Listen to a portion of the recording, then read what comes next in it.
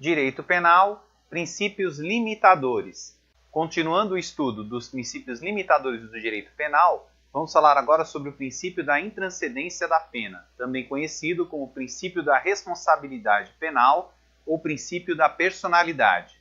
Esse princípio tem por fundamento o princípio da culpabilidade, que foi estudado em aula anterior. E caso você tenha o nosso livro, basta clicar nesse link e será direcionado ao fichamento visual dessa aula. O fundamento histórico desse princípio remonta da evolução dos direitos e das sociedades que foram estudados em aulas anteriores, especialmente no período do século das luzes, que vai do século XVIII ao século XIX, ou seja, no Iluminismo.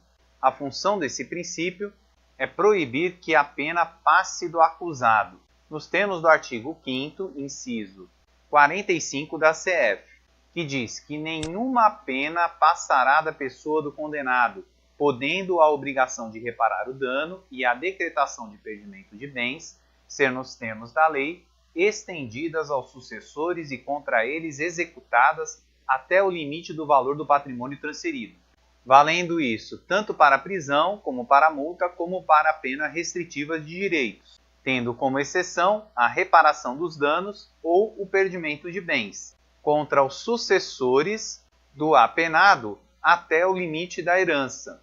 Portanto, a morte do agente extinguirá a punibilidade, conforme determinado no artigo 107, inciso 1 do Código Penal, que diz que extinguir-se-á a punibilidade pela morte do agente. Assim, será também extinta a pena de multa, inibindo a execução da mesma e não sendo essa transferida aos sucessores. E isso é diferente da reparação dos danos ou do perdimento de bens. E é importante ainda salientar que, embora a multa esteja acobertada pelo princípio da intranscendência da pena, segundo alguns doutrinadores, essa intranscendência ela é flexibilizada por via indireta, pois em determinadas situações, quem paga a dívida são os parentes do apenado.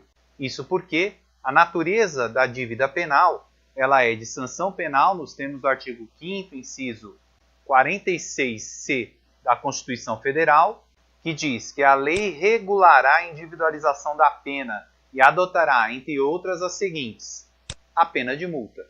E também tem natureza de dívida civil, nos termos do artigo 51 do CP, que diz que, transitada em julgado a sentença condenatória, a multa será considerada dívida de valor, aplicando-se-lhes as normas da legislação relativa à dívida ativa da Fazenda Pública, inclusive no que concerne às causas interruptivas e suspensivas da prescrição. Portanto, a pena de multa tem natureza de sanção penal e dívida civil, podendo inclusive ser protestada extrajudicialmente. Mesmo assim, ela será extinta caso o apenado venha a falecer, não sendo ela executada contra os sucessores.